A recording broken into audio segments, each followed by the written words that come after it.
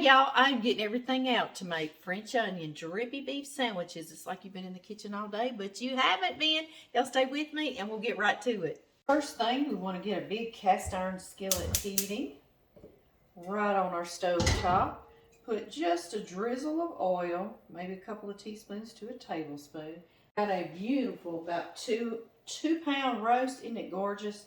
I'm going to put some salt and pepper on each side. I get my salt and pepper out into a little container. What I'm going to use, I'm using about a half teaspoon of black pepper and about a teaspoon or 3/4 of a teaspoon of salt.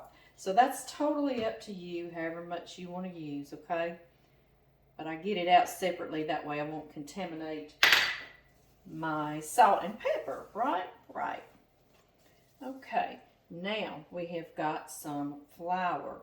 We're going to dust each side.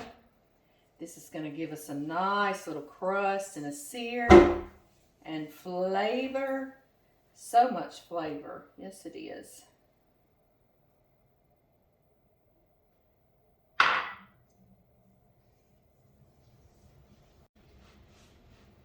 Okay, now into our hot skillet. Ooh, do y'all hear that?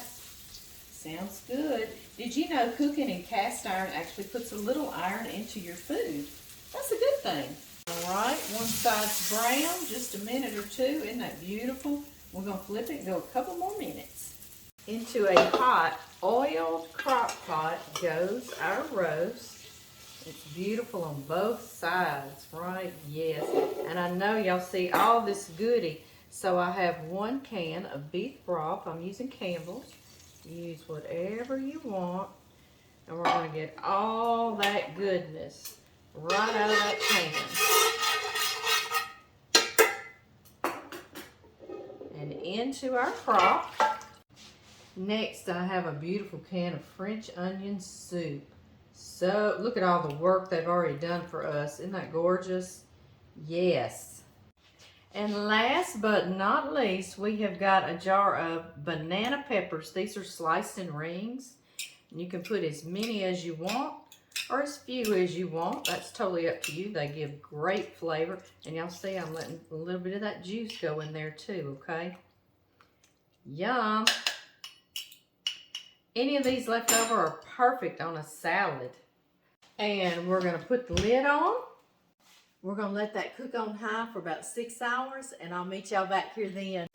All right, I have got some fresh baked rolls from the grocery. They're kind of hoagie style. You see the split in the top of them before they bake them. They're pretty. They're soft on the inside.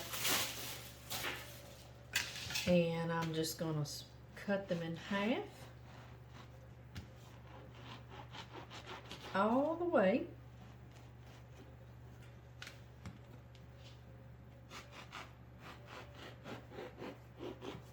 And on all the tops, I have got some provolone, sliced provolone.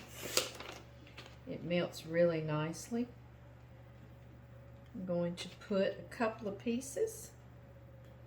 Yum. Make sure my tops.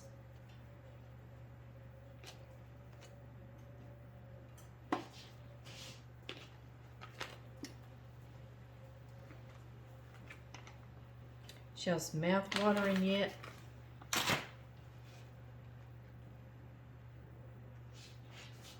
And on the bottom pieces, I'm simply going to drizzle it with a little olive oil. You can put a little butter, whatever you like. I'm going to put them in a really hot oven, about 425 degrees Fahrenheit.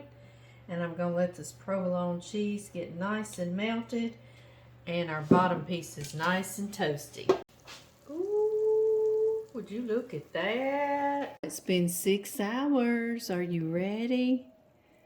Yum! Doesn't that look good? You see that gravy all around? Oh yeah. Now we're going to slice it up. Just like this.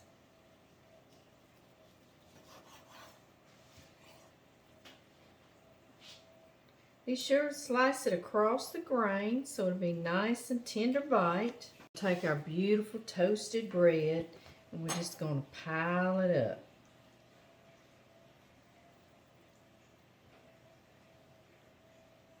We're gonna need a few of those peppers on there too. They're so good. They're just cooked down just as tender. Now we're gonna add our toasted cheese top. And I love to cut it on the bias. Makes a pretty presentation. Be sure and use a serrated knife so it'll saw through there. Y'all ready? Yum! Put it on the plate. Don't forget some of that au jus. Made a nice dipping sauce.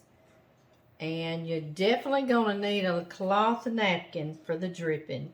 Y'all enjoy. Dear Heavenly Father, I just thank you for this meal, for this time, Lord. Please just be with the people in our prayers. Be with our families, Lord, our nation. In Jesus Christ's name I pray. Amen. Amen. All right. Ooh, baby, that was good.